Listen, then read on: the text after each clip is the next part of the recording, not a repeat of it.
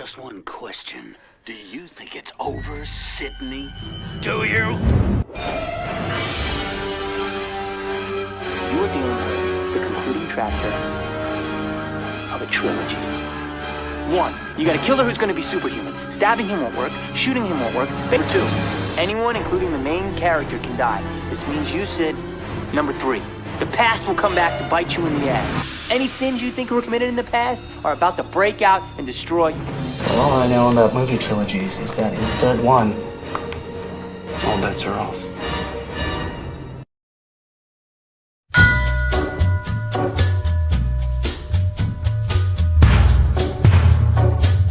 I'm talking about blood, babe.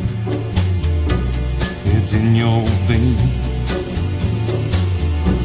Your mommy and daddy, they've got the same. It's hard to know that down below the streets, babe, are swimming deep in blood. It's enough to make me groan and cry. Scream once, scream twice, now scream again. He rakes at your chest with his red right hand.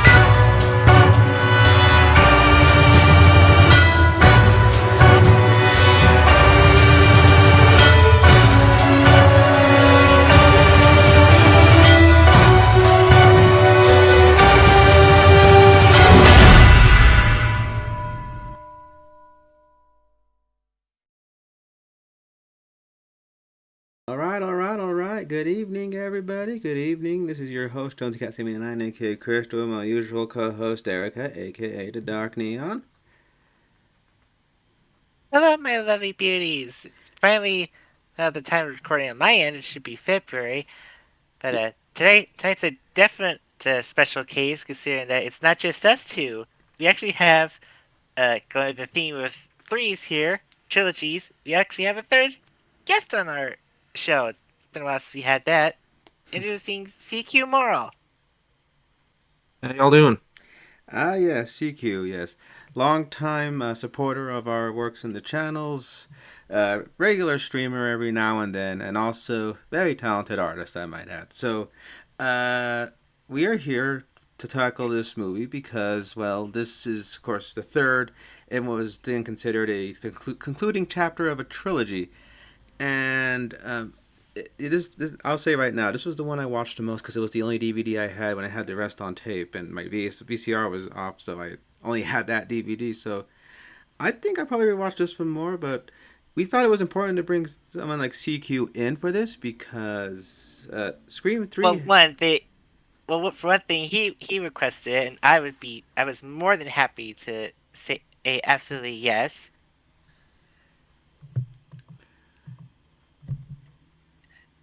And well, Scream 3 is a little personal for me, as I will let everybody know later. Mm-hmm. But yes, and 2, well, like I said, though, someone with aspirations of, filmmaking in Hollywood find a lot of the meta in this one rather more humorous than the others because it feels like, I kind of get why that's a deal. And so, I mean, I think this one does get a soft spot for me because it is one of the few sequels that tries to get away from let's just go do the same town over again thing deal. But like I said, this one is considered a bit of an interesting chapter in the Scream saga. For one, as we know, if everyone's heard, this is the Scream had existed pretty much in the 90s, and it pretty much is now entering into a new millennium because if you remember Scream 1, Randy mentions the millennium being a reason for why motives are incidental, and we have to wonder if they can keep on pushing these out, because the slasher craze kind of saw a bit of a boom in the late 90s and was also starting to, buckle under its own weight again, almost like the 80s and fast forward. Especially considering the fact that everyone was kind of mimicking the Scream formula of being, like, having a cast or sardonic, witty, and just, like, kind of just basically like a, but I would say CW, but CW didn't exist at the time. It's more like the WB network. Yeah, Dawson's Creek and all that The stuff. MTV generation, basically. Oh, Mix of that too. I mean, yeah. So when we heard that there was going to be another Scream, people were all like, "Oh wow, where are they going to go with this one?" Well, there's a few flags that made people go a little like question like what happened at the time. For one, well, this is the first Scream film without Kevin Williamson behind the script. Well, the script that was filmed because there was another script penned, but it did fall under scrutiny because of a real life tragedy at the event. That of course being the Columbine high school shooting that had seized the nation due to its sheer brutality. And I know for some people listening in this current generation, that's a little bit baffling given that we have people gunned down in the streets almost every day nowadays, especially by armed officials that operate under the government. But at the time, two lone wolves assigned to shoot up fellow classmates was considered unfathomable. And you can imagine how all the usual scapegoats were pointed at, video games, juvenile delinquency, drugs, all that stuff was hinted at for why this tragedy occurred. And usually when that happens, the pressure gets put on, depictions of media about, being sensitive to stuff like, I think they didn't want to have young people in a school setting getting, butchered after having seen an actual massacre happen in real life. Hitting a little too close to home. I mean, But of course, as like in every entry, especially this one, there is always like that one little line that's slipped in of like, oh, so if we just stop like all these forms of media, these outlets, these music videos, video games, movies, suddenly all the psychopaths would just up and disappear.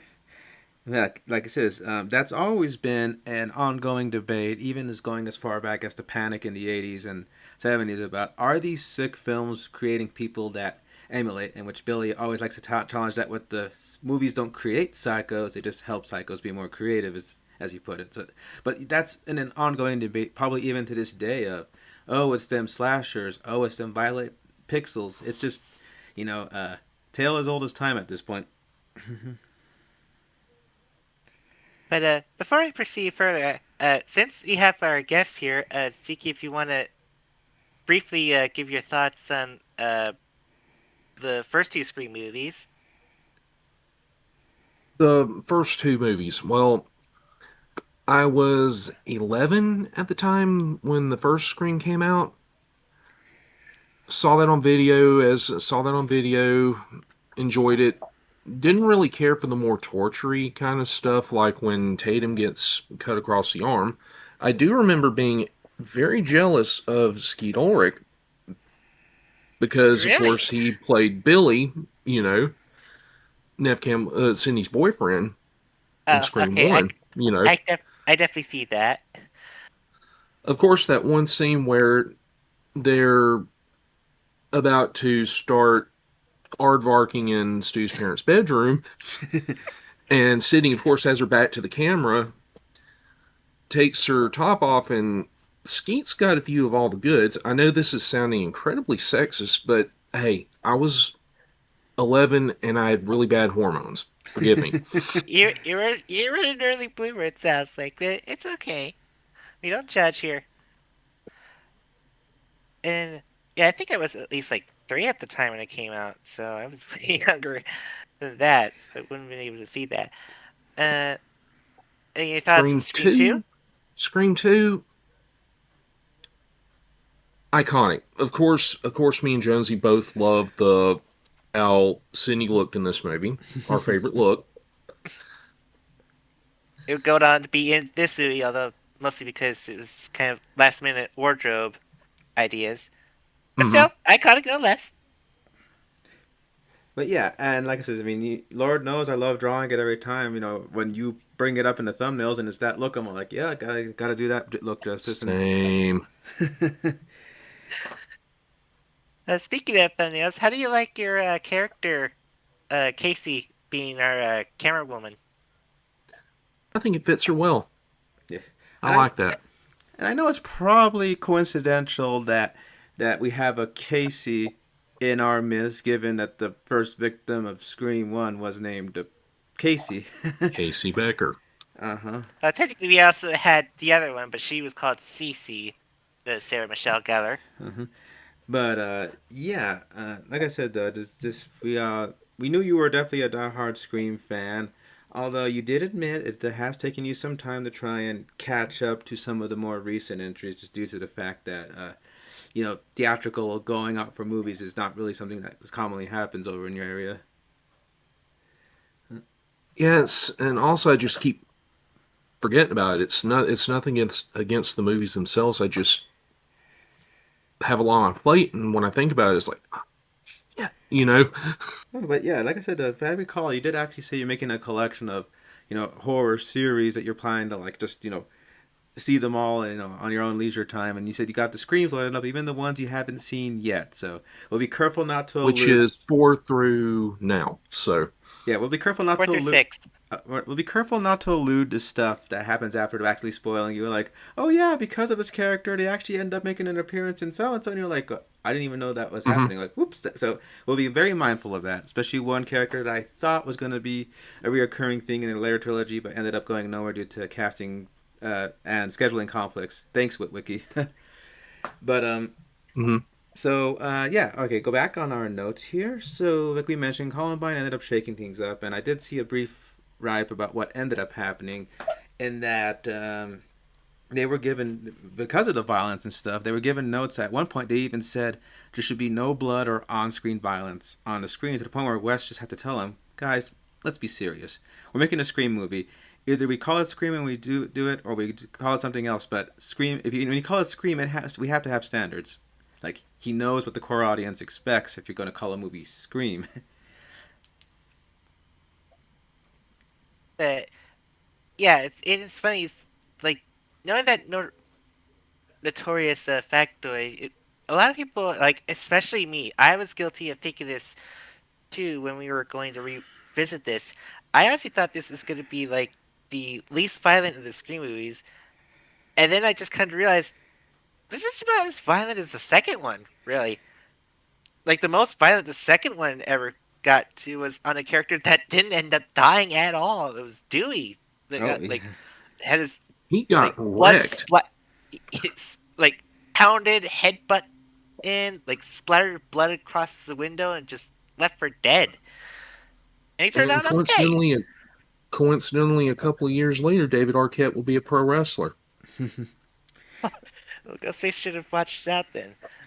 Yeah, but yeah, as it turns out that Kevin was busy with other stuff, so he couldn't really commit to doing a Scream series, another Scream entry.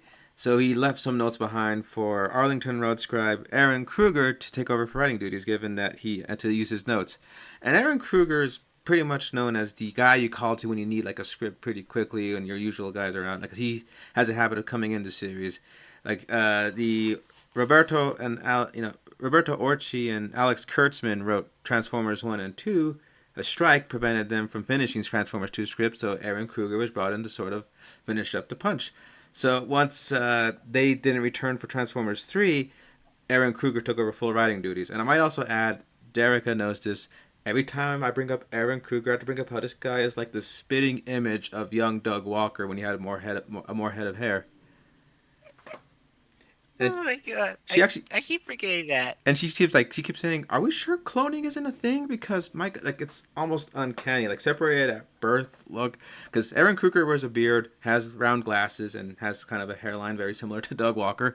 So I would make the joke saying, "This dude look kind of like Nostalgia Critic, don't you think?" And then it kind of it lets giggles. But yeah, this was one of the first scripts where he like had to like take over full on duties while still following a established following and franchise. And I find it funny that years later, almost 11 years to the year, that he did the same thing for Transformers, and actually wrote,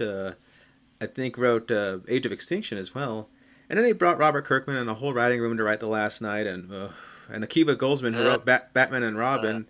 So this guy wrote like award-winning films, but also wrote Batman and Robin. So I don't know what they were hoping for with Last Night, but I'm Which not. ties to the cinema snot, which ties into Doug Walker, Oh, that's true. That's the true. bad credit card.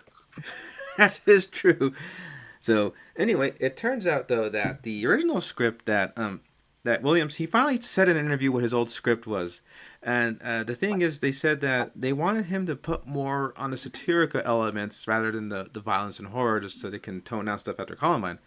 But his thing called for a sort of fan club cult of, stab fans to, like, they would return to Woodsboro and such. It says that the setting of the film was changed from Woodsboro to Hollywood upon crew comedy. He believes characters would be moving to bigger places from high school to college. But I think they said that Williamson pointed out that um, his original script would have been the killers be a stab fan club of Woodsboro kids. All the members of the club would have been involved in the killings. And the final twist of the movie was when Sidney walked into the house after Ghostface has killed everyone.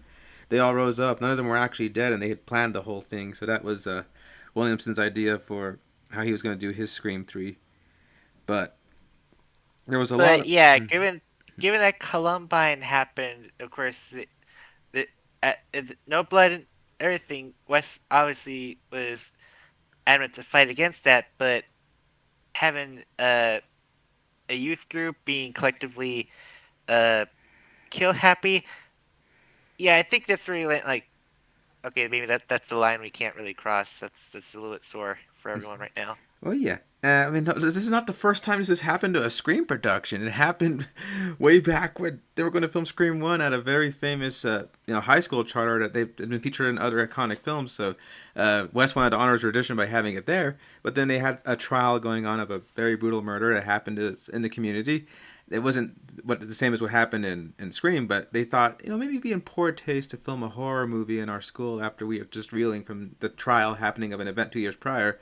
And they fought it and everything, but no, eventually they kicked him out. So at the end credits of Scream 1, Wes Craven says that no thanks to the Santa Clarita, charter school, community board. Like, he did a kind of a little polite middle finger in the credits to that.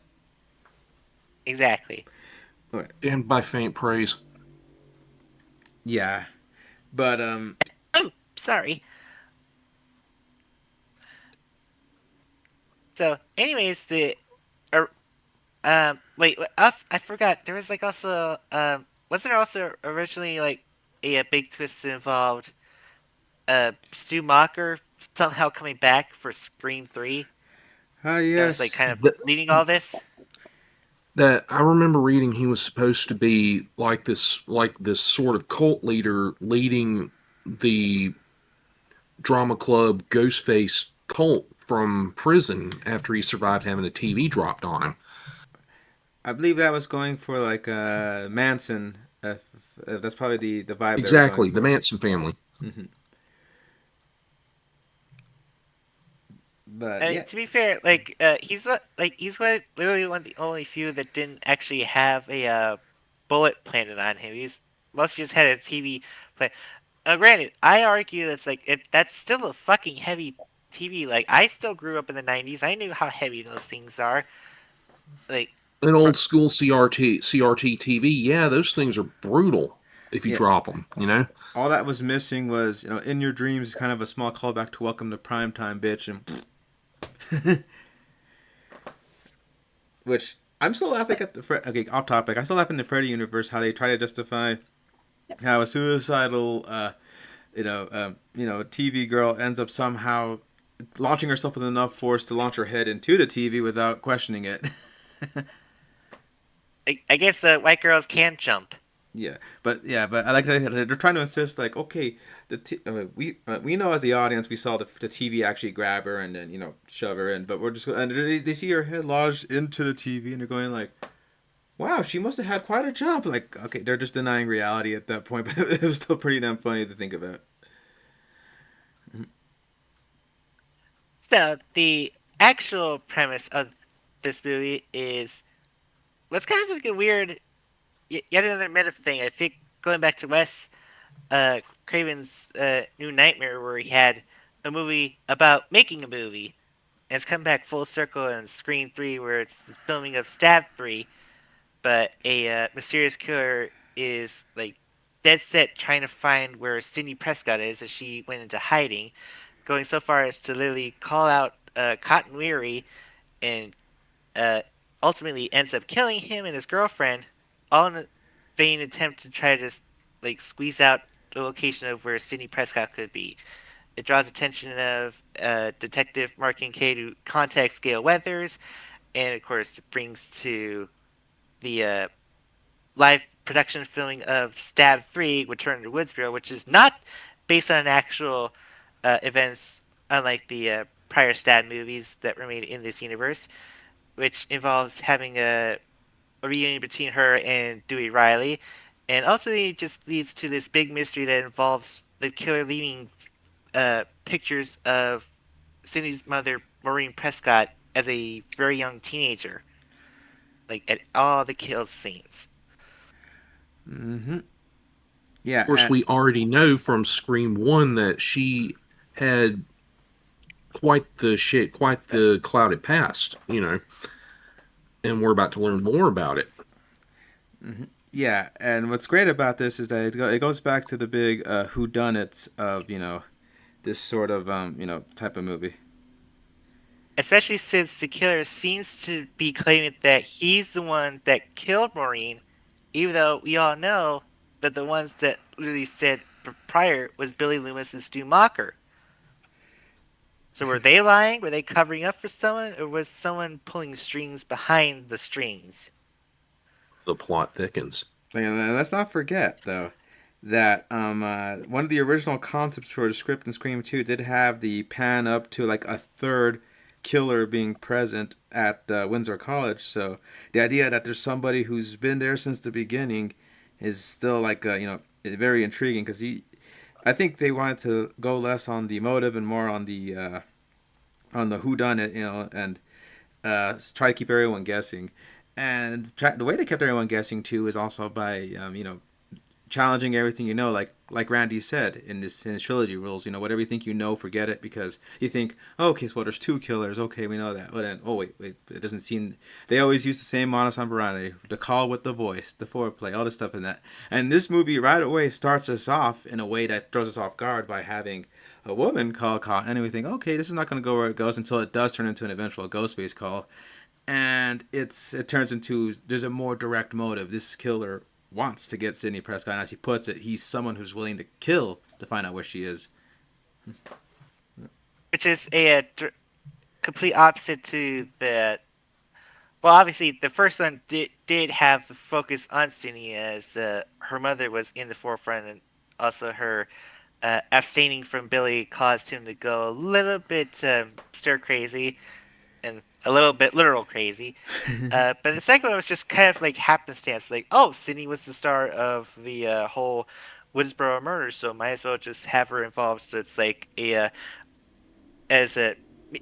previous killer, Mickey stated, condition of life imitating art, imitating life. Mm-hmm. But in this one, there's a specific motive, and it's kind of like the movies where they have Michael Myers specifically targeting someone like Jamie Lloyd in the post 3 movies that ended up going in weird directions. But yeah, it's even scarier. It's like right at the get go. It's like a big monkey wrench show. It's like if you get a phone call, you hear a spooky voice. Of course, everyone's immediate thought would be like, "Oh no, hang up the phone and call star 69." But this time, the killer is like pulling a chameleon, like just like hiding their presence, like as they'll like lure you in with like a completely innocent or a familiar voice, as it happens later on in the movie. But then, as soon as you're like caught into the trap, they'll drop the facade and just really angrily like call you out and like force you to fall deeper into their trap, or else someone else will get hurt. Gaslighting to the extreme. Oh yeah, most definitely, and it becomes a who can you trust type scenario. And like I said though, but also this movie does turn up the jokes a bit. You got moments where like a lot of meta, like you got people in the movie when its production is halted asking like, well, who do you think done it? Maybe it's someone who's pissed off at the last movie. Like, all this kind of stuff, which it seems funny. It seemed funny then, but you're looking at it now like, fans can show a little bit of the crazy side. I mean, hell, even in that period, there's that infamous, like the stalkers of certain famous people, or even like Hell, you know, a person being so obnoxious that the show itself will like make a parody of them, like I think Tiny Toons had one. If I recall you mentioning it before, CQ.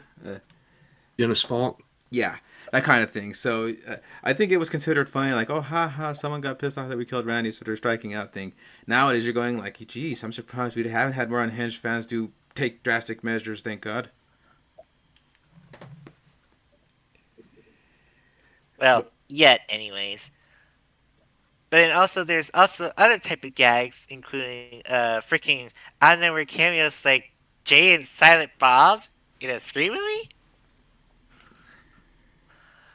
If Like I, I gotta tell you that one always that one always throws me off. Like I just like in the mood. Like one walks in, Jay and Silent Bob is like, oh, okay. I was just getting interested in all this, and like now it's just another Kevin Smith bit. in fact, it does tell you what kind of movie you're in for.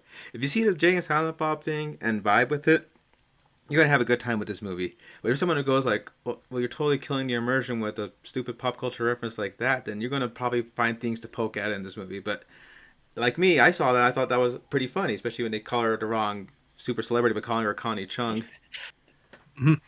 And of course, she responds by flipping them off. I just love A little Kev. bit of a meta moment.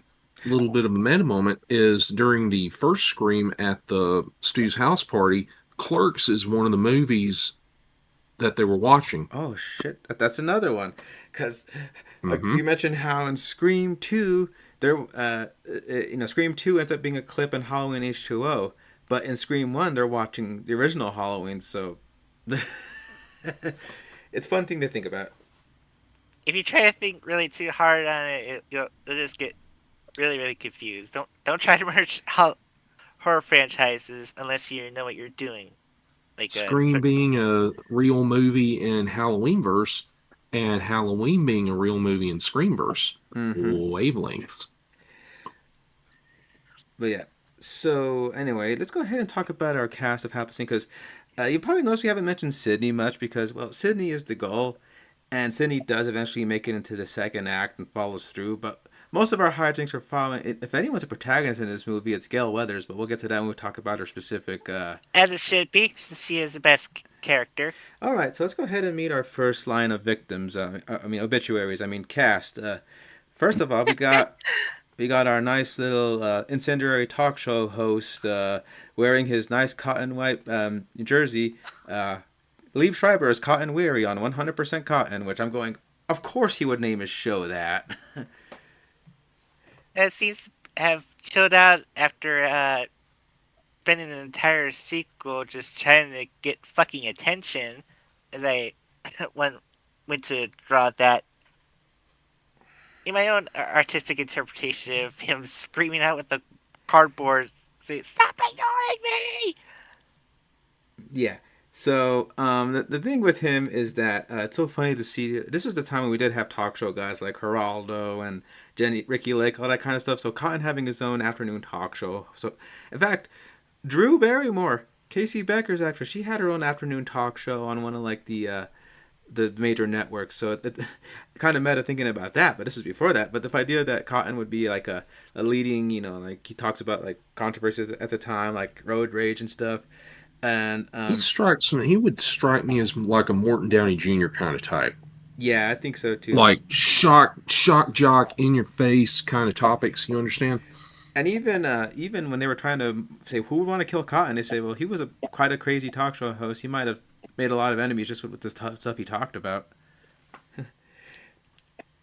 And but a running joke in the movie with Derica is that everybody keeps saying, "How did I end up in Stab 3?" Not like, "Oh boy, I'm part of the Stab franchise." More like, "Ugh, I had to be Slummit in the Stab franchise." Like when Cotton's like calling, Like it's true though. It's like I mean honestly, I would understand if they were like in a Stab 5 or something. Like at that point when horror movie franchise hits 5, you're kind of like, okay, we know how the gist, know the beats, but like I feel like especially like okay, I'll name off a bunch of horror franchises that have like very powerful, very memorable Part 3s. You have Friday the 13th Part 3D, which introduced the iconic Jason mask.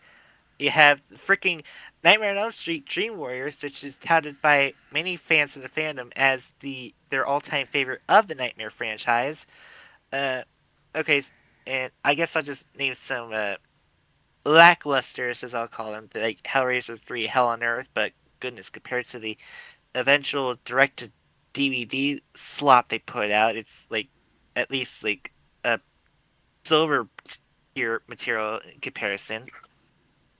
And of course, the weird disconnect with the Halloween 3 Season of the Witch, but to be fair, they didn't try to advertise to say, like, oh, be revealing that the Halloween franchise is going to be an anthology series from this point on. No, they didn't, like, tout it that way. They just still call it Halloween 3, which threw people off when there certain They could have just mass dropped murderer 3 didn't from the get involved. title and Just call it continue Halloween with Season of that. the Witch? Yeah, absolutely, yeah. That would have totally worked. But yeah, but it's so funny. We first meet Cotton stuck in traffic. Like we all know that LA traffic is super infamous when it gets stuck. And he's complaining about the fact that they don't write him a decent part in Stab 3 where he gets killed in the opening act, which is very meta for what ends up happening to him. And And he what's funny, even though he's in it for like a little bit, it was nice seeing Cotton again. So, but seeing Cotton like have to play with this new, more psychological Ghostface killer was definitely much more cerebral than fighting someone like a Billy Loomis or whatever. But what's also great is that the commentary keeps joking about how at one point he had a coat on and he was looking for any excuse in the movie to show off his sweater Show his guns off. because he did some work on his body and can kind of see it when he's wearing that tight cotton shirt. Which I'm pretty sure is 100% cotton. I'm pretty sure it was. I mean, I was kind of 110%. noticing a little. I was kind of noticing a little bit. But he like I said though, he's in it not for a whole lot, but I think some people might call it a throwaway cameo, but I think it helps give you a continuity line, and it again goes back to the all bets are off mentality when he meets his end, which we'll talk about more in detail when we talk about the kills. But also in there is Kelly Rutherford as Christine, his girl, who is playing our first damsel in distress in this movie by being Ghostface doing the old typical shower stalk scene like you would see in like Night Stalker. How is it that Maureen Evans, aka the Jada Pinkett Smith, put it as like, now why would they put that? What's the importance of the plot to have her be butt-ass naked? Well, to be fair, they don't show anything with her too. But like, Kelly Rutherford, is best known for her work. She was an up and coming. She ever since then she's been on stuff like Gossip Girl and all that stuff. But she was on Melrose Place. That's probably why she was picked in for Scream, because that's a big time soap opera. So to have her on that is like to be there for Scream 3's opening. It's a nice big deal. Yeah. I think briefly I could talk about that there was actually an alternate opening to this for. Okay, the one we got in the theatrical one, we kind of focused more on Christine having to deal with it, whereas Cotton was just kind of like came in at the last minute, and then he gets jumped by his girlfriend, thinking that he's attacking her because, well, the Ghostface had his voice that was just mimicking him, thinking it's just like one of his stab pretend roleplay kills. And I'm going stab games, like he saying he's done this before, because she's like, I don't like your stab game. So I'm going, geez, what kind of relationship are they doing? And even fake Ghostface, weird kinky shit. And even weird Ghostface is saying, I thought I'd take the game to the next level. Like, but yeah, in the original opening, it actually focused more on Cotton, as he was actually getting a phone call from Christine, who was getting their voice imitated, because we eventually actually, the caller asks him to get a baseball bat to defend himself, and he goes to get the class in. Oh no, it's the real Christine. It's already dead and flayed down. Cotton's end is pretty much like the same way in either version, although in the original version, he did try to have it escape through the his roof somehow. I don't know how he got out there, but Yeah, and he's.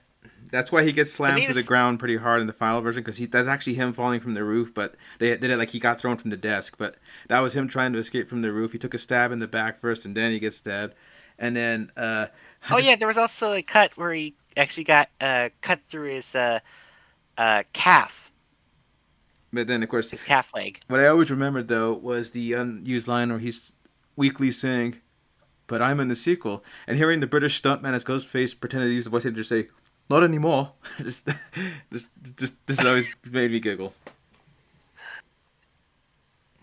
Okay, so moving on. I think on the Real list I cast. have yeah the Patrick Dempsey as Detective Mark Kincaid, or as I joked in our Jonesy and I's rewatch of it. Oh look, he kind of looks like Todd Howard if he actually gave a shit about doing Oh his job. God. Yeah, Patrick Dempsey does look a lot like Todd Howard, except taller. Because I saw Todd Howard at a recent game show thing, and I went, "God, he's a dwarf. He's a hobbit.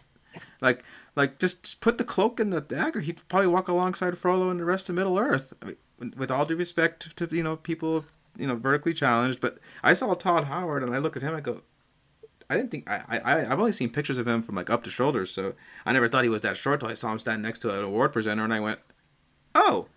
So Patrick Dempsey's like a much more taller, much more gave a shit. Todd. That Patrick Dempsey's a much more taller Todd Howard that actually gave a crap. But yeah, the dude's pretty serious. Like his main goal seems to be like trying to find Sadie Prescott to question her, and I always felt this weird. It's like what reason do you have to need to ask for her to show herself? I mean, yes, you're finding photos of Maureen Prescott like everywhere, but you as Dewey pointed out, you questioned Maureen's husband, and he was married to her for years, and he couldn't tell you anything. What would her daughter know about her? Shit, her daughter didn't even know about all of her escapades, and that still haunts her. Back in, like, we'll talk about it Put later, a but lot on her plate. and needless to say, he thinks like Cindy has all these magical answers, and once she does show up, and she says like, "Well, I have no idea about these photos," it's like, "Damn, there goes my one solid lead." Nope, I'm up shit creek. But he does seem to have a sort of fascination with Sydney as it is. But like he mentions, he's a homicide detective who's seen a lot of crazy crap in the city, things that do people. So it could make you feel haunted. Like there's a great moment where he and Sid share a moment where he describes what got him, and even though he's a movie guy, he talks about how he kind of probably uses it to get away from the horrors of life that he sees every single day as a detective and a survivor, and he gets a lot of messy cases. So he's thinking, it's also a good way to give us make him one of many red herrings in this movie, but not in like the obvious, oh, I could probably be it, but in a way where he does a little slip up or something here, and your mind goes, wait, but could it? In fact, I think this movie had a lot of could it moments more than even the other stuff. 'Cause there's some where you see the killer and the guy, and you're like, oh, that is definitely him. But in 3, I think there was a few where you're like, you're actually shrugging because you can't really keep up with. Someone will say something that'll make you slip, and you feel like you're playing L.A. Noire where you press X to doubt. I remember playing as. Actually, I was gonna say that I feel like Patrick Dempsey seems like he could pulled off doing like a modern uh, noir detective story. I feel like. But yeah, Kincaid definitely has that vibe. He even has a noir poster on his, in his dartboard. And like I said, he does give him a sort of like he's got that injured soul look, but still has a dreamy smile to make it like, oh, it doesn't really bother me. But he can also turn sinister without looking psycho. Like when he's telling Dewey, "Can I get you on a polygraph detector?" Then he's always, "Are you threatening me?" When it's a threat, you'll know it. That's it. Yeah, but I think again, I find it so humorous. I liked him as Kincaid in Scream, and then when I see him years later in Dark of the Moon, I'm like, oh hey, Kincaid. I mean, I know he got the McDreamy role in Grey's Anatomy. I think that's when he really blew up on people's list of like, ooh, he's so dreamy. But in this one, I'm thinking like, oh, I can kind of see how he can be heroic. Maybe he's a little too heroic, and maybe he says, "Well, the boyfriend wasn't the killer last time, but what if the detective who's here to help is suddenly, he snapped from seeing so much atrocities that he decided, like, stop another movie from being made." Beat him, join him. Yeah. Yeah. You have. Although I did have a sudden realization of why he would want to speak with Cindy. Um, I always like to rewatch movie entries before we record all these, like on the day of, and it just that's me like maybe he wanted to know where Sydney is because she could be like a suspect. There a lot of people across this movie think that she might have actually just snapped. Like, and I know CQ, you always wish that Scream movie in the future is gonna have her like actually do that and snap and become a Ghostface herself. The way that everyone kind of points out, well, one, went completely off the map. Two, her mother's photos are appearing everywhere. A studio that happens to have a past history that involved her that would cause so many things to happen to across Woodsboro, across Windsor College, and even now Hollywood. And it's technically wouldn't be her first time in the Ghostface costume. Maybe her instance with the Billy with the umbrella just gave her that little itch that she needed savoring. Yeah, but anyway, So you had thoughts on Patrick Dempsey in Scream 3, CQ? He plays his part well. I do agree there. Forgive me, first podcast, but he does give off a little bit of red herring vibes. It's like, can you imagine it from Sid's point of view? She's sitting there, and the last attractive guy that she was around that waxed poetic about movies with her was Billy Loomis. So she's probably having a little mild case of deja vu there, if you think about it.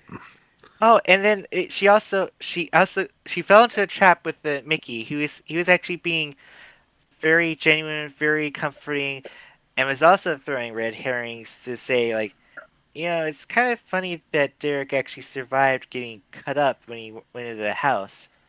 In That poor fact, why would PMU he go back to the circuitry. house? And then, yeah. So, like I said, another thing I like about though is that he does do things like there's a part where he mentions, "Oh, I don't got no charge on my battery. Dewey, can I see your phone?" And a few scenes later, we see have a Ghostface suddenly call, Sid, and Dewey says no Mm-hmm. one else has that number. So we go, could it have been the cop? Then of course they throw this excuse like, oh, the killer could have like scanned calls, and it's like, well, I guess it's the 2000s and tech has been improving. Like, we're literally getting beyond the caller IDs now at And this then, point. then they So got the whole cloned cell phone thing where they found out that the calls from a cloned cell phone at one point. So who knows? Maybe the killer managed to get a hold of the thing from Kincaid after he got it off of Dewey. right. So next on the list, I'm sure.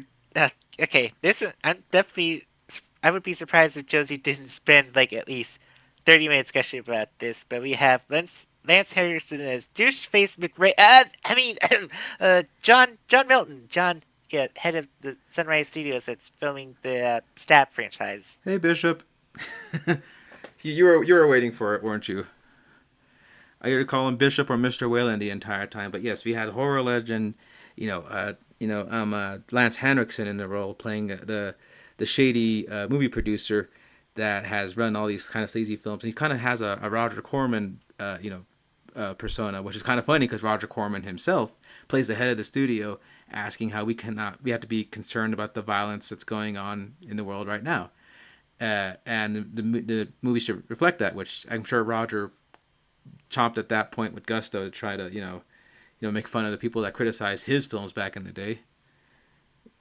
But yeah, but he's basically the guy that admits that, yeah, we they came to me with Stab, and he knew that, okay, when they find out that his studio produced films that Maureen was involved with, they go, did you have any idea when you signed on to the Stab franchise? And he goes, well, if I pointed out that I did know her before then there'd be all these investigations and inquiries. And he says it was a different time in the 70s.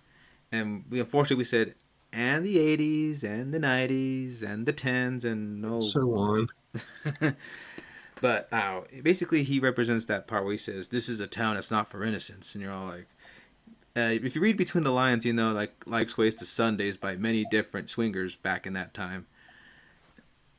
Because of guys like Lance, which very bold of them to put a character like that in a movie when we'll talk about that when we talk about a later review. Especially given the fact that these gunned down by a Terminator's machine guns. Here he gets a little neck wound. the pumpkin head. Don't forget the pumpkin head. Oh, all of his, Pumpkinhead's one of his best roles actually. But yeah, I found it funny that when they talk to John Milton in his office, he has like a robot prop in the background, kind of like a little wink, like, remember this guy was in Terminator, and he played Bishop, who's a robot. So, but he did have a lot of those like sleazy sounding 50s films, like Attack, Creatures from the Subterranean, Liberate, stuff like that. Very exploitative, horror films.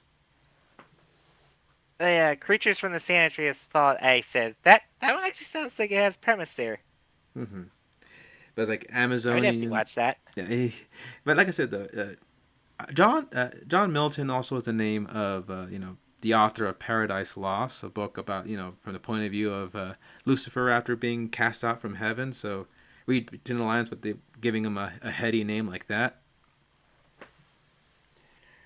Anyway, now on to this guy, Matt Kieslar as Tom Prince, who's meant to be the Dewey in Stab 3, and what's funny about him is he's probably meant to be an amalgam of guys like Tom Cruise and Freddie Prinze Jr., judging by the name. In fact, I think they're trying to be clever by having all these fake Hollywood stars have their names be based off of like active talent at the time, without actually saying, "Oh, we're not really making fun of you. We're just using the name." But like this guy is your usual like blonde leading man, type of hot-headed himbo that's like gets into Hot-headed is putting it lightly. Like, dude, okay, I complained that Rose McGowan had a problem where she ran her mouth before she thought.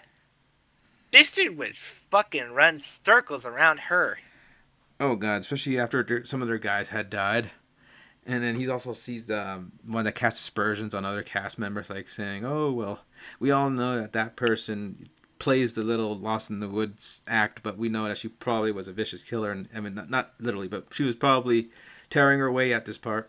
So he was the kind of guy to like make you go like, "Oh, he's definitely the trusting type," in a sarcastic way. Also, he, like I said, it's also very funny. Oh, what happened? I thought CQ said something. I did, but go ahead. Oh, I'm sorry. But anyway, the thing I like about him is when he has a snippy back and forth with Gail Weathers, talking about how she had written an article about his recent car crash that implied that maybe he was boozed out of his mind instead of a tire blowout causing him to crash.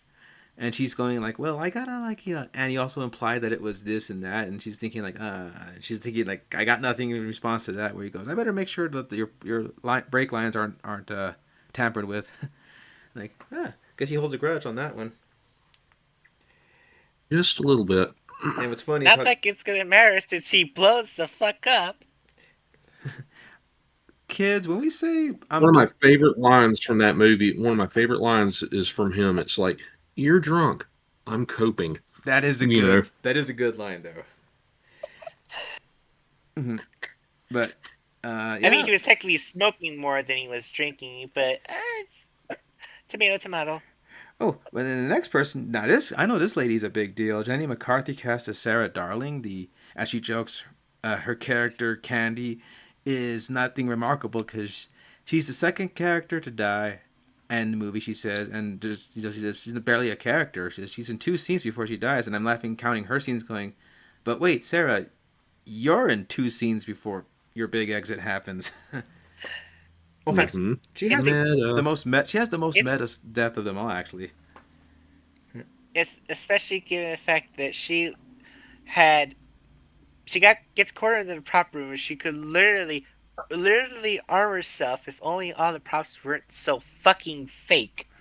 Oh, and on top of that, what I find funny is that she has a part where Roman, quote unquote, is calling her on the phone, saying, "Let's run the whole script of who's this," and then she's like, even trying to like, say, "Why am I even doing this?" and all that stuff. And then they mention how he says a line different from the script, and she goes, "That's not the line." He's like, "Oh, it's a line in my script," and she goes, Is there another goddamn rewrite?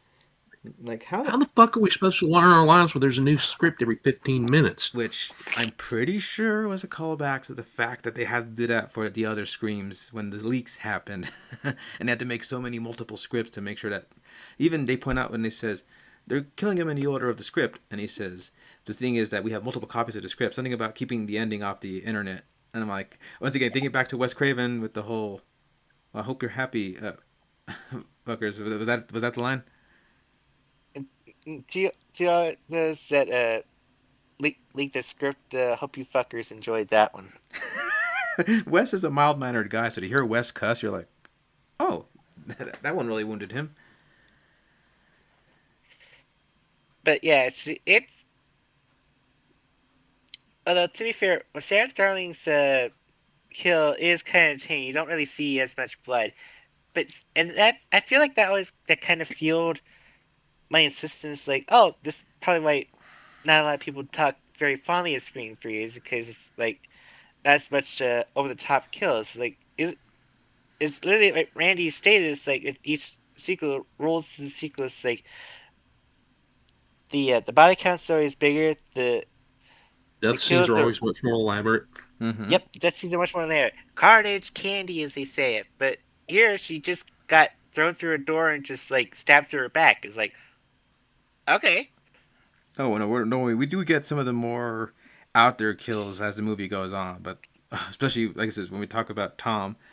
But like I said though, she is rather cute. But actually, she has only 2 scenes and then she gets taken out. But she does have the funny dumb blonde trope where she mentions how the shower scene has been done multiple times, citing the wrong Hitchcock film Vertigo.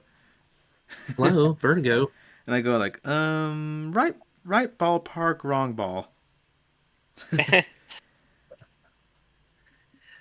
But yeah.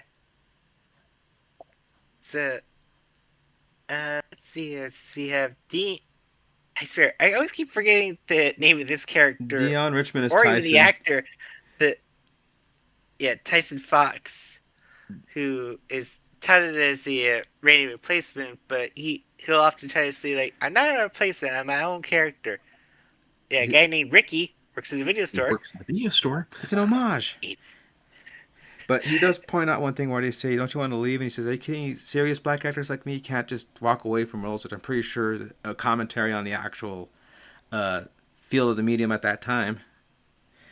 Even though he's like, "Oh, poor Tyson, he got stuck in a stab movie where we know he was meant to die because when Sarah Darling runs into him, he has the prop man giving him a scissor, cranium, massage." actually, I feel like that makeup scene I think kind of like tempered and gave a yin yang balance. Like they show you the most gruesome thing ever, but it's like it's not affecting him because it's fake. Yeah, because it's a prop. But you see, like when he walks out with the scissors, you go like, that would have been a gnarly kill and stab. Yep. Mm-hmm. Oh, Excuse me, Sarah. Makeup test. You could use some. Oh, but what's funny about him, he does get even though we'll talk about the kills, but his exit is quite brutal compared to the rest of the cast. Where this Ghostface really had it out for him, that's for sure. Like he gets stabbed and he's running very, very far, holding himself. And I love his "oh you motherfucker" as Ghostface is chasing, you motherfucker. as Ghostface is chasing them down the stairs. But Tyson, he's not in it a whole lot. But we're kind of going through the disposable fodder first, where we get to talk about the really fun characters. In fact, I think this character should have been saved later, so I'm just going to go ahead and skip to Joe.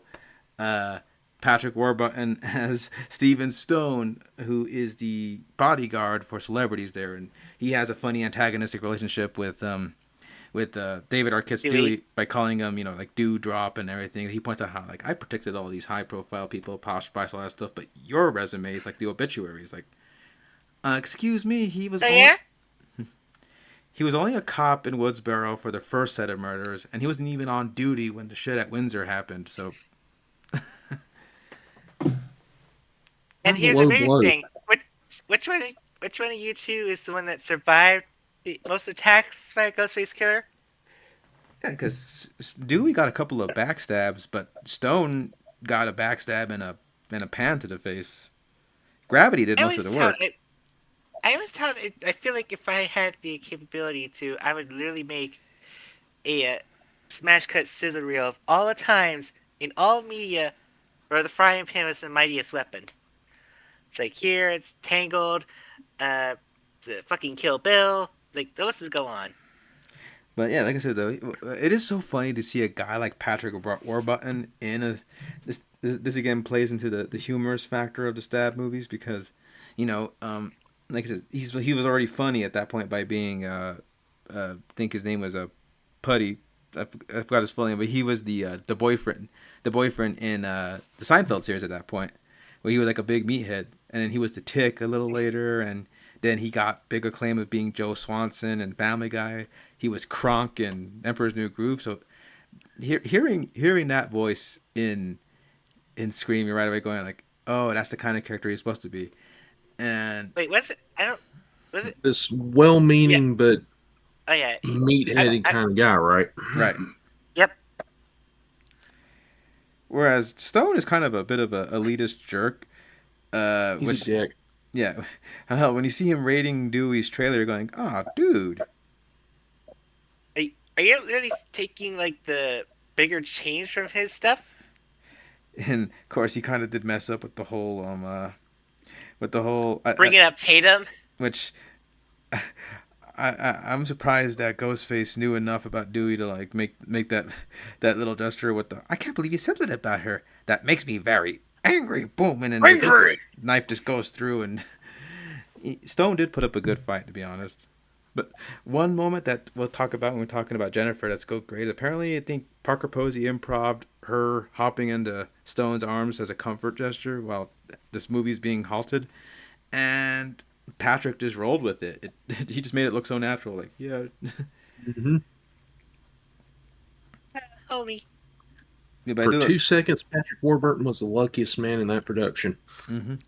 But he's such a funny fellow, and to have him in this one, again, that tells you what kind of movie this is. But yeah, he almost goes out like a cartoon when you think about it, getting hit by pans and letting gravity do the work for the knife. But he does get a lot of fake blood on him.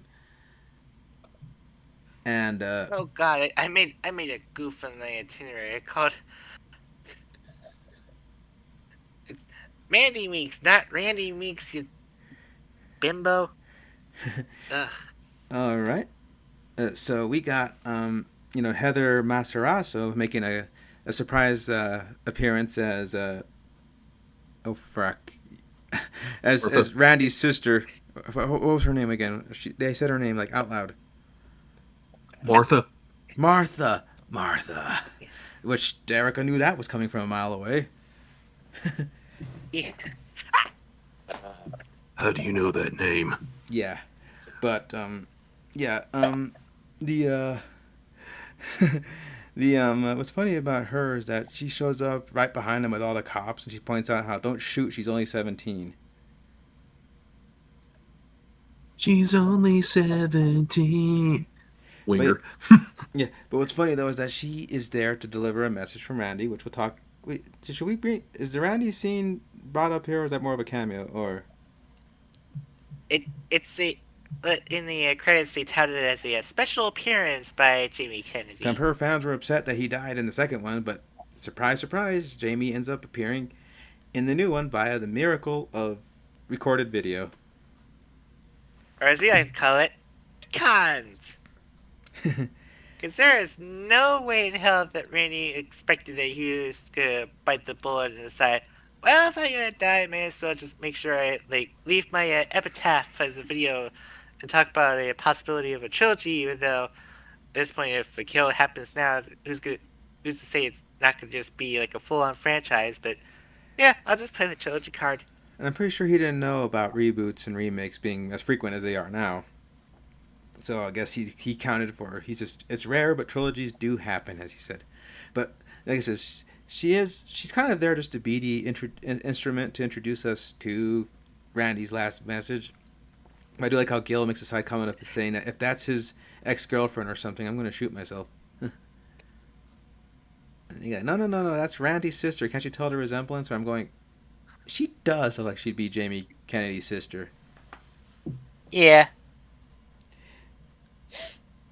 But like I said, though, not much to bring up about her other than that she's the adorable, a quirky Meeks to be the gateway to Randy's thing. Where it's even though it was sad seeing him die, so to see him come back, you're like, there were plans to make that he actually survived his incident at Windsor, that the family paid to have his body whisked away, and he was like actually just comatose and not dead. And then there was a whole elaborate plan, but I forget if it was Jamie or Kevin that said, to make this death really stick, we got to have one of our main guys actually bite it. So I wouldn't be surprised if Jamie pushed for it, but he came up with the idea of the whole, what if Randy's so savvy, what if he made his own like just in case tape as a just in case, because he even says, if you're watching this tape, then it means that I didn't make it over past these murders, plus it probably means it was a mistake to give my virginity away to some creepy girl from the old days.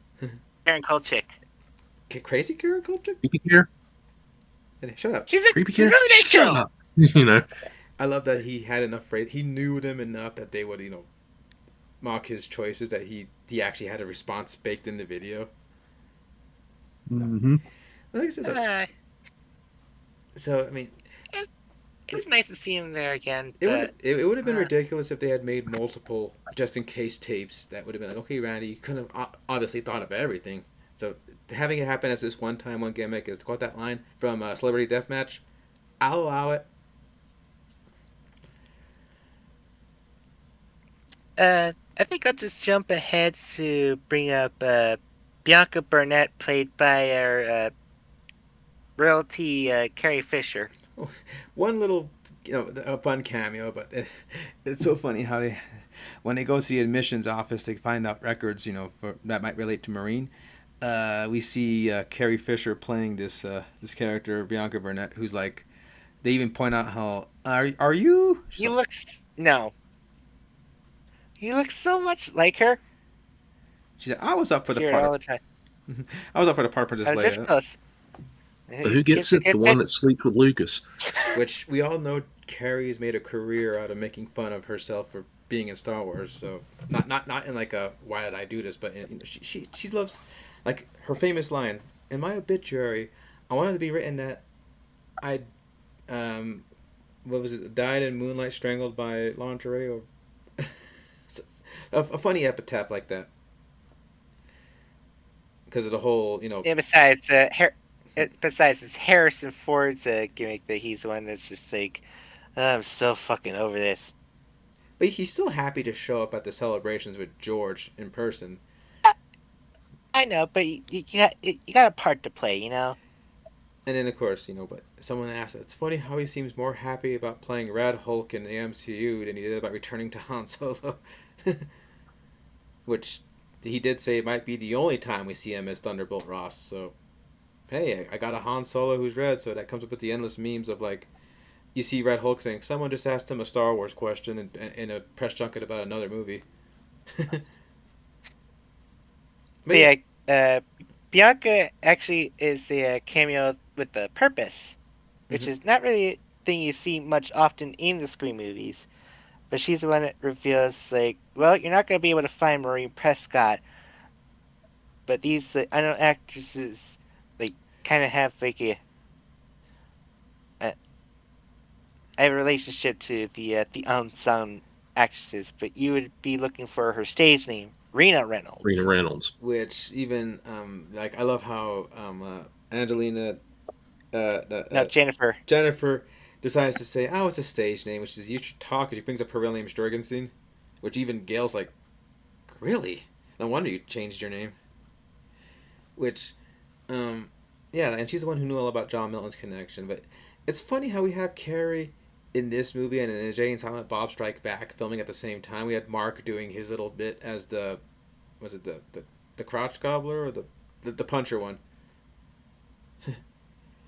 Like how'd you get that name? Well, it's a funny story actually. He just nails Jay in the balls. And that has that hilarious line of "Don't fuck with a Jedi Master, son." Which I want someone to dub that into Luke Skywalker looking at Kylo Ren while fading saying that.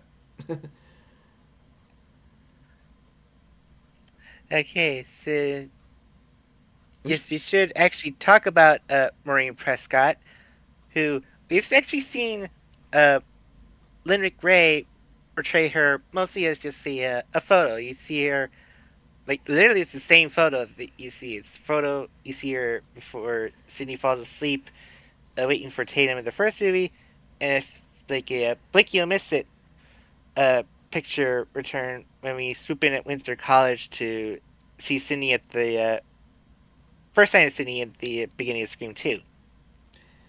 Oh yeah. So this is actually the first time they actually brought her in to actually do the the role of Marine and actually have speaking roles, mostly as the hallucinations within Sydney's mind about the guilt of not knowing her mother really, who keeps saying you're gonna end up just like me. And Dead? yeah, and I gotta admit though, her that Sydney's first ever sleeping, seeing the image of her mom was surreal enough that it evoked Wes Craven directing the Nightmare series.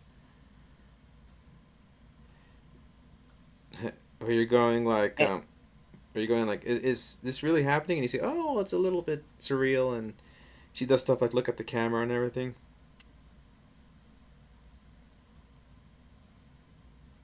But not only that, it turns out like all the photos you see of Maureen Prescott that are left of the murder sites, that is still the same actress. That's literally the actress when she was younger. Uh-huh. Which really Which, does. just to be fair, I honestly thought it was like they just hired another actress just to play like the role of Maureen in 5 photos only. But no, I don't think they would like do the "Oh my, now it's your turn" thing on a different actress. Yeah, I'm looking at these actual signed young photos from her actual filmography, and they are the photos that were used as headshots for Scream 3. So, mm-hmm. So Ziki, you can quiet. What do you think of uh Lynn McRae portraying as like this ethereal, spooky figure that's haunting Sydney? I thought that was a good way to make it appear that Sydney is, for lack of a better word, losing her shit due to all the trauma in her past. It's only been 4 years in canon since Marine had been killed. So of course that's going to be fresh on her mind. Especially when I think she seemed to have like a pretty good grasp on her isolation until the news outlet dropped that like another killing happened that's related to the stab, and of course she starts to think about Mor- uh Maureen again. It's like, I'm never going to escape this, am I? This is going to be the rest of my life. Her own little personal hell, if you will. But man, I just feel so bad that like this she had to endure essentially Hollywood's biggest, darkest, unkept secret nowadays. I was pondering on this. Basically, Marine was pretty much Jenny from Forrest Gump, if you think about it. Ah, The same young, free-spirited woman getting into these bad situations, being taken advantage of, finally settles down. In this case with Neil Prescott. Hmm. But in this case, she ultimately didn't get the happy ending. She got oof, very, very bad way of going. I'm pretty, yeah, getting filleted by her daughter's boyfriend is really a bad way to go. Oh my god! Especially like I, well, I had to imagine it's because they got Dewey involved to make it a stab 3 that they had to recreate the murder scene of Maureen in that house, and you step in the set and go, Jesus fucking Christ! How she like died like 6 ways in Sunday here? And that's got to mess with Dewey too, because he, of course, he was on the force and he saw this, firsthand. And then, of course, Sydney saw it, Nobody's Uh, walking away unscathed. and of course, the killer decides not only just to bring up the facade of Ghostface, which was the killer identity that the original Billy Loomis did before, and but not also they're puppeting like these body bags essentially,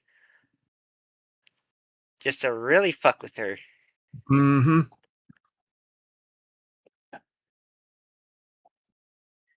And it's really messed up. I feel like that's kind of like one of the things that kind of surprised me to revisit Scream 3 to feel like,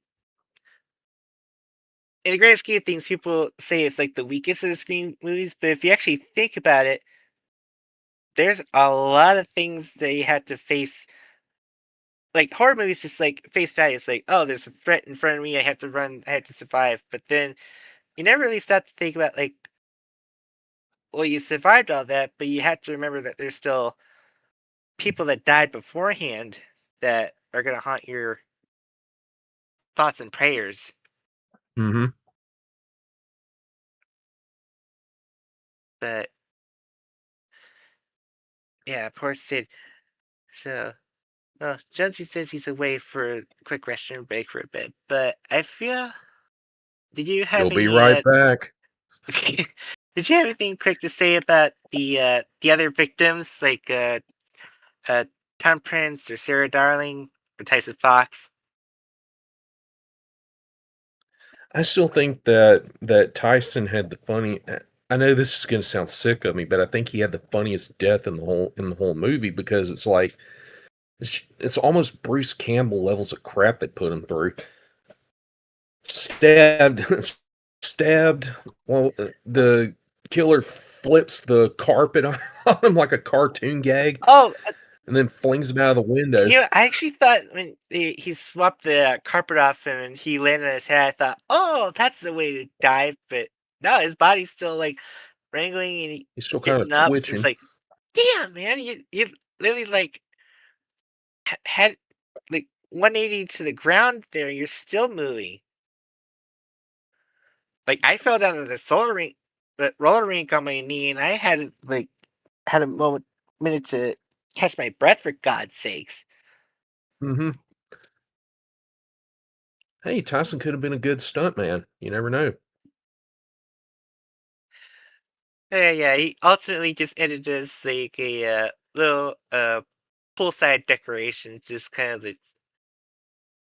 It's funny that they just he just left him like laying out there just to kind of stew in his own blood, like, and then of course the killer would just put the little metal detector beside it. It's like yeah, I'll just put it like there. That that body will catch the Sydney's eye post haste. It's like, here, look at this.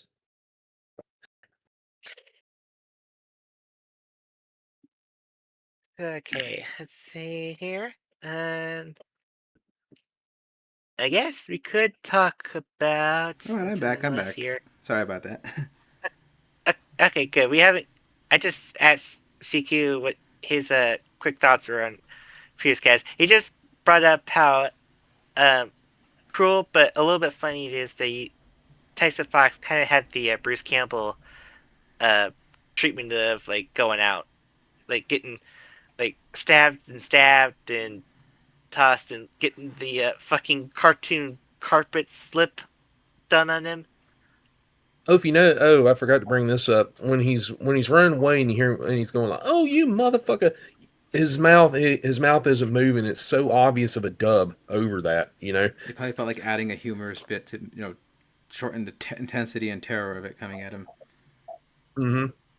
Well, could always be worse. Could always be Sigourney Weaver being dubbed. Well, screw that. I mean, or you could be talking about how it begins catalyzation when the vapor hits the bloodstream, even though your lips aren't moving. I laugh every time I watch Spider-Man. He points out bringing out the injection. All right, so before we get to the big names that we want to talk about, I guess we could talk about I'm all over. My eyes are okay. Emily Mortimer playing Angelina Tyler, or the stab three Sneeny, because well, as before, David Schwimmer and Tori Spelling certainly were going to be coming back. Like you mentioned, the whole deriding stab tree, but no wonder David Schwimmer and Tori Spelling left type of snide comment.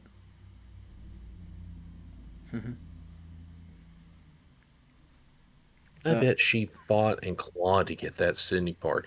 50,000 girls, or going back to Tom, you know. And What a dick. what's funny is that she plays the whole small town girl act and how she she's very like, come on, people have died. She's like the most sensitive type, but she does things where She's all cute, wholesome, you know. gosh, she's I was laughing telling her, "Oh my god, this person could have been Claire. Well, this person could have been Rebecca." Think about it. I can definitely see that. But yeah, I don't know what Angelina's deal was. She was making like the dumbest decisions. Like she would just come like in and out of like locations when they're like split up.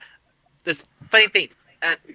In one of the previous talks at Screen with Jonesy, I created like my own rules of how to survive a Screen movie. I said like if you gotta go somewhere, you gotta partner up. And lo and behold, Greenfield literally took my advice. And of course, that doesn't last long The because Scooby Doo method.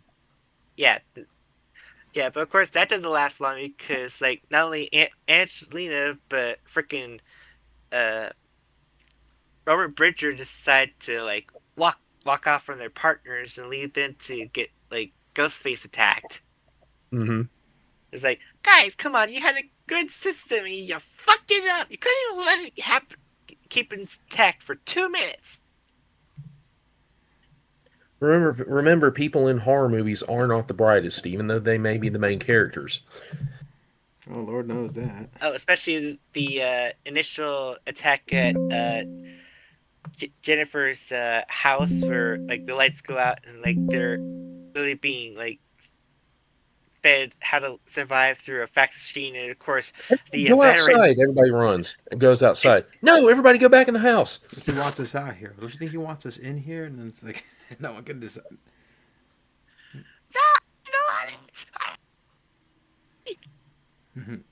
But I think the thing is, Angelina does have a weird scene with Sid later.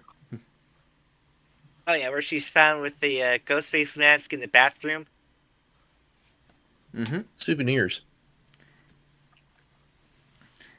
But And of course, Sydney has every right in the world to be suspicious of her. You know. even with her whole little Literally hiding out in the bathroom, just like a certain.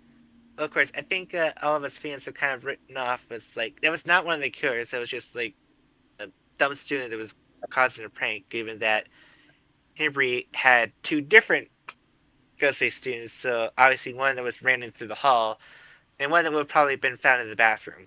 and of course there's the hilarious Vegeta line you keep pulling up if Gil's put that in the book. The Vegeta abridged joke. How did you know about the parts you went there for? Like there's a lot of moments in the Gale Weathers book we were going, how did like the scene like when Billy talks to Sid about how my mom left and everything like that. Like Gale made that into a book, but it's made into the movie. So again, like Vegeta said, how do you know about the parts you weren't there for? I mean, Sydney could have corroborated her, but I think like just like being saved by killers in one instance isn't gonna forgive like months Remember, of getting in like in told, between "Oh, one you're and a liar, two, you're a liar." about to say they wouldn't have been on the best of terms between one and two anyway. The relationship would have still been kind of rocky, you know. Even the So fact that between Sydney Gale and bitch Sydney, slapped, yeah, Sydney bitch slapped Gale on the other cheek in the second one. You get that one, I feel? do you get that one I feel? Yes, I get that feel. But yeah, Angelina always seemed a little bit like tweaked, and she would always like pop out of nowhere and say, "Wait, how did you get over there?" We have a theory about her seemingly teleported antics. Yeah, she seems to be a little bit shifty things, but I think we'll get back to that later. I think we've preamble just about enough. Let's get back to the main stars, the stars of the hour. Let's start, of course, with Derica as our lovable, fun, and huggable Deputy Dewey Riley. Ah, yes. And And what's fun, once again, we have Dewey. Once again, they're on and off with Gale, and here he is off the wagon again, and seemingly antagonistic. We're going, what happened? You went to the hospital bed with Gale and everything. I think Gail did say that she waited for him to heal up, but then like opportunity was knocking, and she was like, "Ugh, I can't sit around and wait. Like I have to take this thing." It's 1 year in Woodsboro was like 10 years everywhere else, or says wasn't that Paris the other over way one around? week. No, and you got that right, CQ. Okay. and poor Dewey, he does have that hurt thing, but he still likes Gale. Like there's a part when Jennifer's talking ill of her about the character she's portraying, and Dewey mentions, no, well, Dale's actually a good person. I mean, she could be heartless, she could be selfish, but annoying. But he says that she's still. Cold storage shed where her heart should be. Ouch. Very snippy, Dewey. But Dewey's definitely makes a lot of pretty good smart calls. I think the most very intelligent chess move that he pulled was how he's regaling to Gale. Let's try that tongue twister about how a few months ago they had a cast member of Stab 3 called to like be understudy to understand Sadie Prescott and all that, but of course they were just like, that's a bit that's a bit need to know. But thanks for calling anyway. And a month later, the offices of Woodsboro get ransacked, trying to look for Sadie's file. But of course, our boy Dewey like had a smart maneuver and literally pulled the files out beforehand. Mm-hmm. And then, of course, Dewey does think on his feet. Like, he actually does pull out his pistol on time to try to save Gale from a Ghostface attack. Because, my dad always says whenever the killer shows up, why don't they just shoot the guy? Well, in this case, Dewey, he does hit. They show the glass He shatter and does. everything to let you know that, yes, Dewey's still a marksman. But of course, Randy is prophesies that like this killer, you got a killer that's gonna appear to be superhuman. Shooting will work, stabbing will work. Basically, you got either cryogenically freeze him, decapitate him, or blow Or him up. blow him up. Which they did to Jason. And They tried Derica's. decapitating. They tried decapitating Michael Myers, but then they had the unfortunate maneuver of the infamous retcon. Ooh, And that then wasn't his head that got chopped off. and they blew Hello. up Jason and Derica's favorite film of the franchise. I kid, but that didn't stop him either. And if anything, that just made him more Goes to hell. literally. But like I said though, the Dewey is. I think this might be the most competent Dewey is in the series, even if he does have stuff happen to him that renders him, silly. But for the most part, this is probably Dewey at his most Deweyiest, that where he's effective. Like, think about it. It's his most Big Brother moment. Because in Scream 1, he's he's there, but he gets his ass stabbed and taken out of the equation. In part two, he gets stabbed and everything.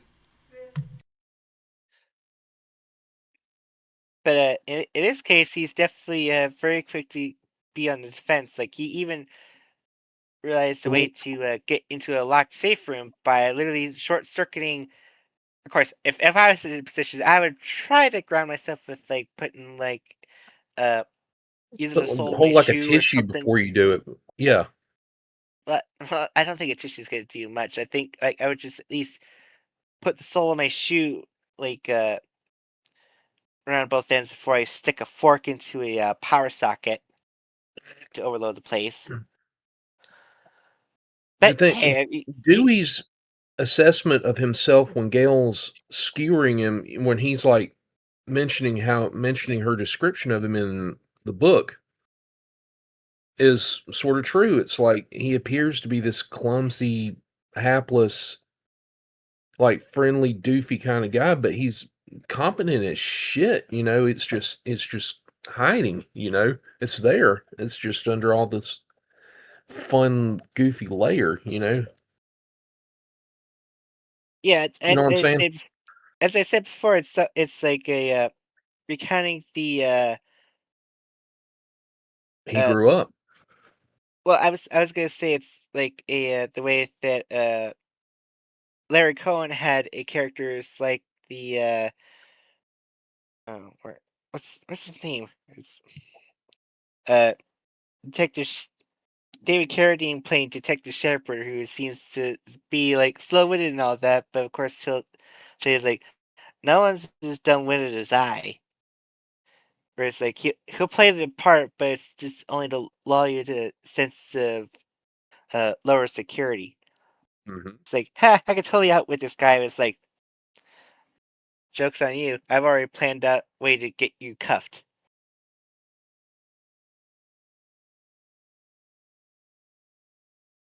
But yeah, Dewey's definitely got a lot more to do, especially since he's been especially more protective of keeping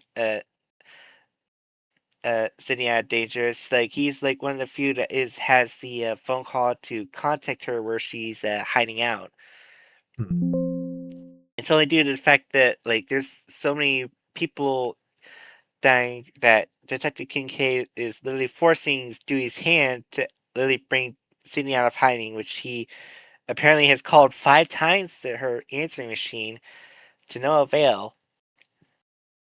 Like, man, you gotta wonder if like the dude has even like slept a wink worrying about, because I'd say in the second one that Dewey's kind of like taken on the role of like the big brother figure to Sydney after losing Tatum. And it's like it's a loss that both of them feel as especially back in the college scene where they're like talking and catching up, and like between them there's like this empty chair, and Dewey's line immediately cuts through the silence is like, I just got worried is all. Like they're still hurting from that. But hmm, let's see, I thought, is that the same message before from Josie? No. Sorry. But uh yeah, what do you think, what's your thoughts more about Dewey at this time? Do you think this is the best that Dewey has been? I mean, you still got to catch up on the other movies, but do you think this is the best of Dewey? Or do you think like the other Scream movies have him? I do agree. This is the best portrayal of Dewey so far. He's grown up. He's still this lovable, likable guy, but he's, I know I'm a broken record, but he's grown up. He's shown he can handle pressure, you know. Especially considering the Uh, fact that he's balancing two different girls' favors, not only with reunited with Gail, but has been savanting with Jennifer. hmm Which, speaking of, I think we could start to while Jonesy deals with this thing, we could start to talk about the Gale duo as we'll kind of say we have. Well, I think we'll just start off with Parker Posey because I know you definitely want to join on here to definitely talk about Parker playing Jennifer. Yep. This is why I said at the very start of the podcast it's kind of personal to me. Parker Posey is from my neck of the woods. She lived in South Mississippi for a good chunk of her life. Her dad actually ran a car dealership in my hometown, which I applied for and didn't get the job. Sorry about But that. but apparently she went to my high school, and according to one of my high school friends, she actually babysat him when he was a little kid. So that's kind of a personal connection to it. But go on. First of all, I didn't realize that this would be the same Parker Posey that would have to deal with Lex Luthor's bullshit in Superman Returns. But yeah, I can Mhm. definitely kind of see it now. Pay 1,000 coconuts for just 1/4 of gasoline. And Parker is wonderful about has this is wonderful about improv and snark and all that good stuff. It's like she'll steal the scene in any movie she's in. Especially, And yes, I'm uh, fanboying over an actress I'll probably never get to see her talk to in person, but you never know. I mean, look at me. I was able to get to interact and knock meet on wood. with Heather Langenkamp. So you never know. But yeah, Parker definitely had. It's funny. She kind of has the same annoyance level, but it's at an annoying level that you just can't help but just keep your attention on and have focus on. The same way that Gale Weathers had in the first Scream movie. So she's Mhm. literally, in a literal sense, a Gale redo, A redux. copycat. Yeah. But to be fair, in universe, she's been Gale Weathers for all three of the Stab movies. So like I feel like I'm inside your mind. That's why I keep having these constant headaches. that's I literally had the movie playing mute, and you literally worded that perfectly Right on the right when spot. it said that. Yes, yes, you did. That's amazing. Like Wavelengths. cosmic coincidence. Such a complex character. Oh, you play by an actress And to with be such played with depth and such range. and to be played by an actress with such depth and range. But yeah, Courtney Cox is, then of course, good with the snippiness, as we all know. yeah, up until like she starts to freak out that she could be next on the chopping block, to the point that she comes back to her smoking habits. They want to kill me? No, they want to kill you. So I figure we're going to stick around. You know, however that line went. So they come to kill me, I'll be with you. They won't kill me because they'll kill you first. Does that make sense? None. Done. Yeah, anyway, I'm very, very, very sorry to do this, but I'm really hitting up against a hard break on my end. I really do gotta bail, which I had a feeling this would happen, but like we might have to pull up a part two, and I have to cut together a whole mix together. Oh, Oh, that's fine. Oh well, we'll yeah. probably pick up some time tomorrow. But like I'm saying though, is that when we continue tomorrow, we can talk about Stab 3 being back in production, as Dewey put it, and talk about the big parts because I gotta admit though, we do have a good chemistry going on, got a good thing going on. So, but I really do gotta hit a Mhm. hard exit, and I gotta put the can on it for now. Okay. Yeah, it's understandable.